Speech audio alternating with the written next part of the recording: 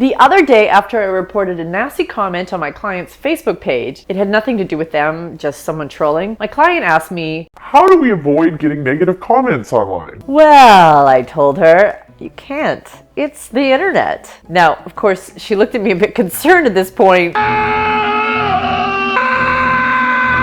So I added to help her feel better. But what you can do is to learn how to deal with negative feedback in a way that minimizes its impact. Today, I'm going to talk about the nasty part of social media, the trolls, the criticism, and the disgruntled rants, how to avoid them, how to identify them, how to respond to them, and how to make peace with their existence.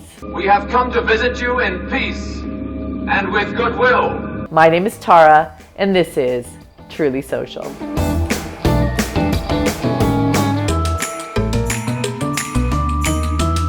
Let me start with one negative comment on a Facebook page is nothing. I've worked with brands who have professional trolls hammering their posts hourly. The bigger the brand, the more attention, good and bad, it will attract. One example of this is makeup. Cosmetic brands have the animal rights groups to contend with, complete with their photos of bloody-eyed bunnies. Ugh.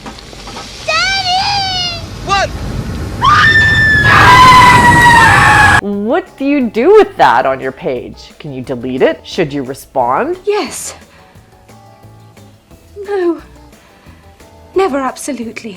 This is a tough one, and every company has their own policy, but there are some tricks to learn on each of the platforms. Okay, then first, how can you avoid trolls and criticism? Like I said to my client, you can't.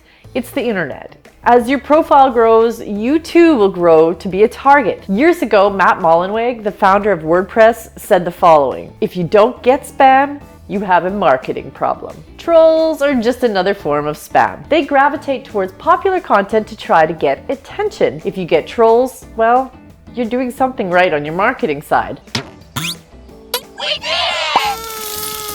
That being said, the best way to avoid getting inundated with negative messages is to make sure you are a good corporate citizen. Of course, you can't please everyone all of the time, but at least you will gain supporters that will come to your defense. Also to note, negative feedback and criticism of your brand is not necessarily trolling. A troll, or an internet troll, by definition is a person who sows discord on the internet by starting arguments or upsetting people by posting inflammatory, extreme, or off-topic messages in an online community with the intent of provoking readers into an emotional response. You can measure whether someone is a troll or not by how open they are to further discussion. If you engage someone who is negative and angry on your page and they escalate it and appear to get pleasure from rattling your cage, yeah, they're probably a troll. But if you engage with them and they're willing to have a conversation and resolve the issue, they're most likely just a customer who is pretty upset. You may have heard the saying, "Don't feed the trolls." Flesh! Well, this is where that piece of advice comes in handy. If someone posts something negative and upsetting to your page and you respond with a reasonable response, but they try to take it up a notch, back away slowly. This will not go anywhere productive. If they continue to escalate, Facebook allows you to hide this person's post rather than delete them outright. By hiding the posts, they still think their posts are there. However, the other people that are on your page won't see them. YouTube also allows you to hide a user from your channel, but be careful. Sometimes when you try to silence someone, they just come back stronger. If you strike me down, I shall become more powerful than you could possibly imagine. Of course.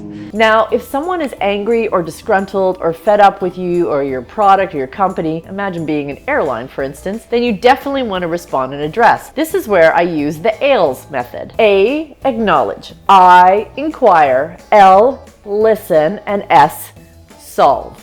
First off, you should never, ever, ever, ever, ever, ever respond to a negative post with defensiveness. If you're dealing with a troll, they'll feed on it. If you're dealing with an upset customer, you'll lose them forever. It's your job to be the rational one.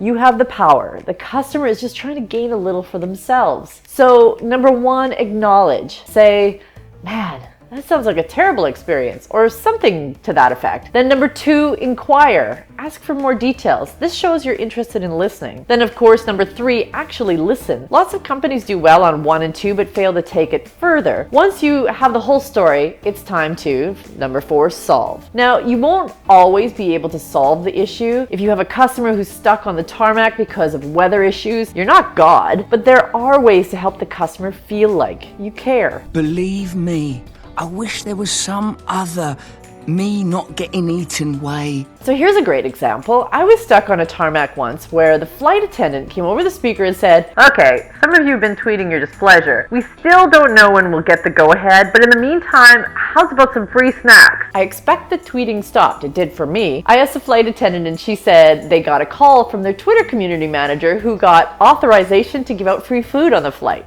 How awesome is that? I've also seen responses from community managers that make customers laugh. A sense of humor goes a long way. Make 'em laugh, make 'em laugh. Don't you know everyone wants to laugh? Now, you also don't want to patronize anyone. It's a delicate balance. As you can see, negative feedback isn't always negative. It's also an opportunity for you as a company to handle the feedback in a way that could actually leave you way ahead. So there are 2 takeaways here. Don't feed the trolls, but do turn negative feedback into opportunities to pleasantly surprise your customers. My name is Tara, and this has been Truly Social.